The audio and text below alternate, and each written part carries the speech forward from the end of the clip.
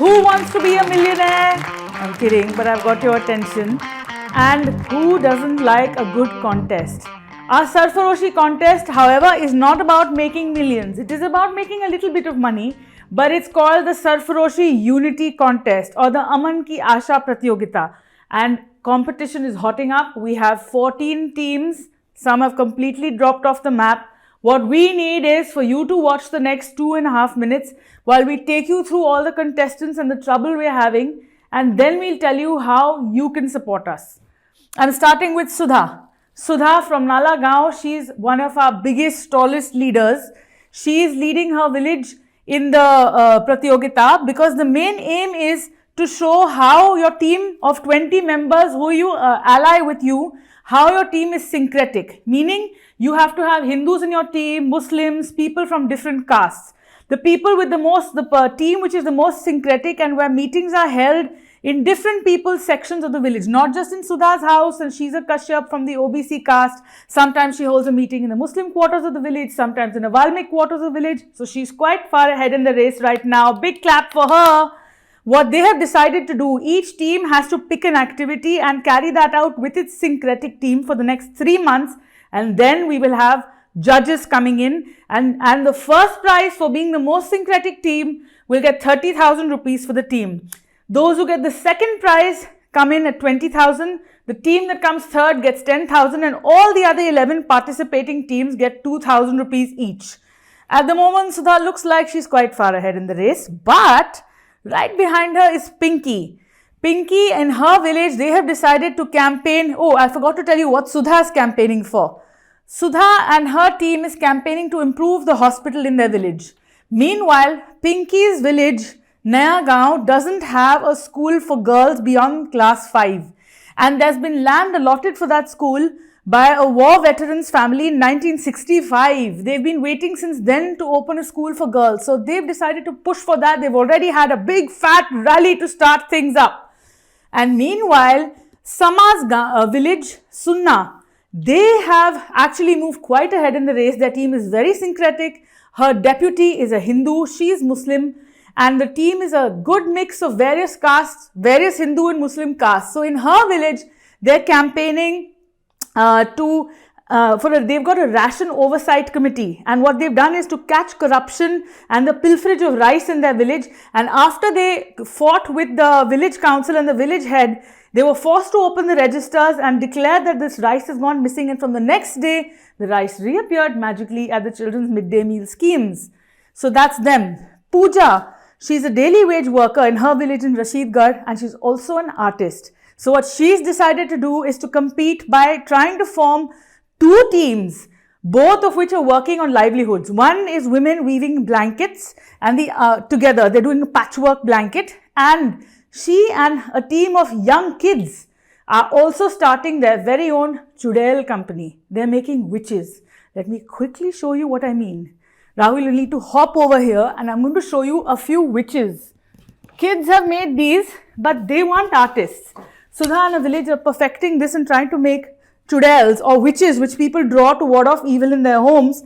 Pooja and her team is trying to make better witches than what people make in their homes, to put on t-shirts, laptops. Now, would you like to buy a witch?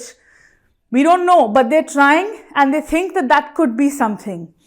Meanwhile, Sunita in Dangrol is also campaigning to improve the hospital. Their village doesn't have a hospital, so they're trying to fight to get one. Alka is also trying to fight for a hospital in her village. There was one, but it's been overrun by this banyan tree, the roots of which have split the building into 1,000,000 pieces. There's shit lying there, and there's nothing happening. So that's what they're campaigning for. Also, in another village, you can see how bad health is. In Hurmajpur, Kavita and Kusum. I'm trying to look for Kusum. Where is Kusum on our board? Kusum, kahan hai? She's somewhere here. They're fighting to also improve the village hospital. Their village hospital during COVID was used to lock up stray monkeys, if you please. So that's what they're fighting for. In Makhmulpur, Adesh and her team are also fighting for a better hospital, and they're also working on livelihood simultaneously. In Ahmedgarh and two adjoining villages, the community called the Bavarias, Jeetpal and Shiv Kumar, they're fighting for a land that has been allotted to make a degree college or college for children to go to. Children from a community that has been shunned and mistakenly castigated as criminals. Of course, they aren't. So this denotified criminal tribe is fighting for their space under the sun, for respect, and they think that if the children got degrees, that would help. They don't have a college there.